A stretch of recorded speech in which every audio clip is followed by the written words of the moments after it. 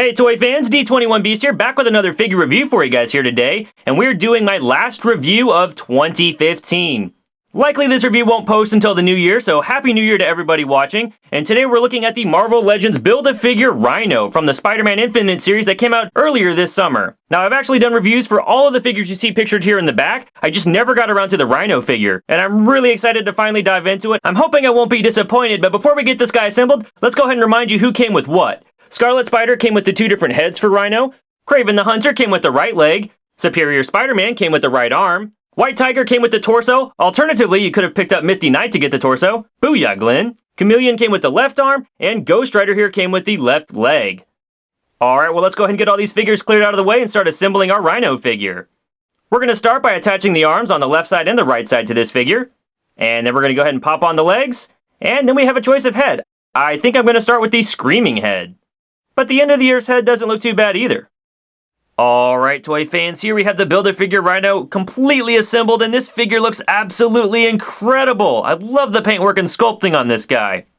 If you're not familiar with Rhino, he did first appear in Amazing Spider-Man number 41 from 1966. He was created by Stan Lee and John Romita Sr. Debuting as a hired thug, Oleksii Sedovich was a man who willingly participated in an experiment to bond a space-age polymer to his body. After the experiment, Oleksii found himself augmented with enhanced strength, speed, and endurance. And since his fan-favorite debut, he's made rivals out of muscle-bound Marvelites such as the Hulk and Juggernaut, but he is of course most notable for being an on-again, off-again antagonist for Spider-Man. Taking a look at this massive figure up close, you can see a ton of sculpted and painted detail here. Look at all the lines that are actually sculpted into the horns on the Rhino part of the head. We've got wrinkles around the face, wrinkles on his face. He's got a really intense look on his face, and you know what? I kind of like it. It's very 1960s, very throwback villain, sort of very animated face. I don't think it's too much. I know some people don't like it, but I'm a big fan. Coming down the figure here, you'll see atop of the great paintwork we have inside the mouth of this figure and on the eyes, we've got a sort of yellowish, goldish sort of wash all over this figure's body, as well as what appears to be even a gray paint job on top of that, on top of a darker gray plastic. So lots of paintwork going on this figure, but the sculpting is absolutely phenomenal. I love all the sort of, I don't know, dimples or moles or just bumps on the Rhino hide. We have some kind of scraggly marks sculpted into the body of this figure. There's the musculature that looks really nice. Coming all the way down the figure, we see more of that paint wash and just other detail that we looked at before. We've got some more sort of line work here in the toes. Looks just like actual, animal toes for that matter. And then we have here on the arms, more of that sculpted detail. I mean, overall, this guy looks absolutely phenomenal. Now, these shoulder pieces are actually removable if you want to have a more classic style Rhino figure. You'll have to deal with the pinholes in the shoulders, but you can actually remove those if you'd like to, and it gives you some options to work with when you want to display this guy. Let's go ahead and pop on that Ends of the Earth head sculpt and check out a more modern looking Rhino figure.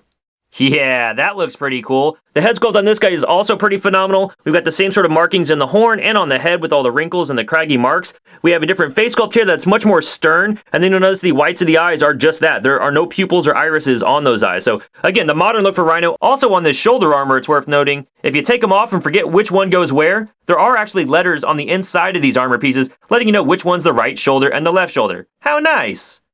Beyond the shoulder pads and the extra head sculpt we've already discussed, Rhino doesn't have any additional accessories. So let's go ahead and talk articulation.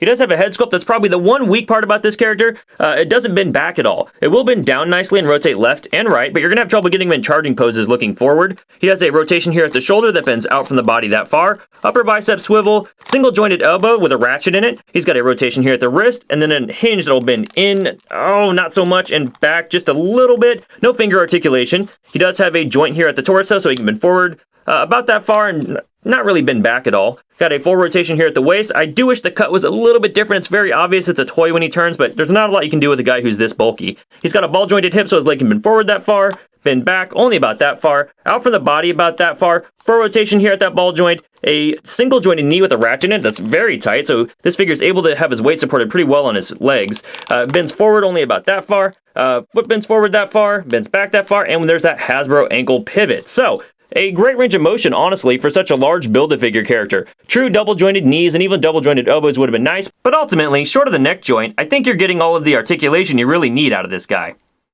Height-wise, this Rhino figure is very tall. If we count from the toes to the top of the horns, he's about 8.5 inches tall. For some size comparison, here he is compared to the Build-A-Figure Ultimate Green Goblin and the Build-A-Figure Terrax. You know, I hear that Ultimate Green Goblin figure makes for a pretty sweet custom Apocalypse. Check the video description or the card swinging out right now to see what I'm talking about. Here he is compared to every figure from this wave, except for Misty Knight. And finally, here he is compared to the 6-inch scale Marvel Legends Infinite Series Wolverine.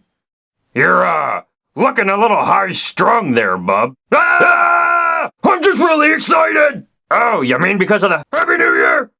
Yeah, same to you, bub. Alright, toy fans, well, that's my review of the Marvel Legends Infinite Series Rhino figure released by Hasbro in 2015.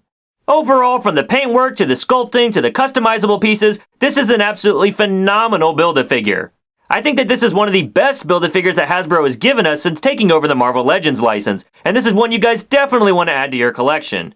When considering picking up this Rhino Build-A-Figure, you'll need to factor in the cost of picking up most of the other figures in this wave. But with figures like Scarlet Spider, Ghost Rider, Chameleon, and Kraven the Hunter, this wave of Marvel Legends from Hasbro is truly a grand slam. You really want to check this Rhino figure out.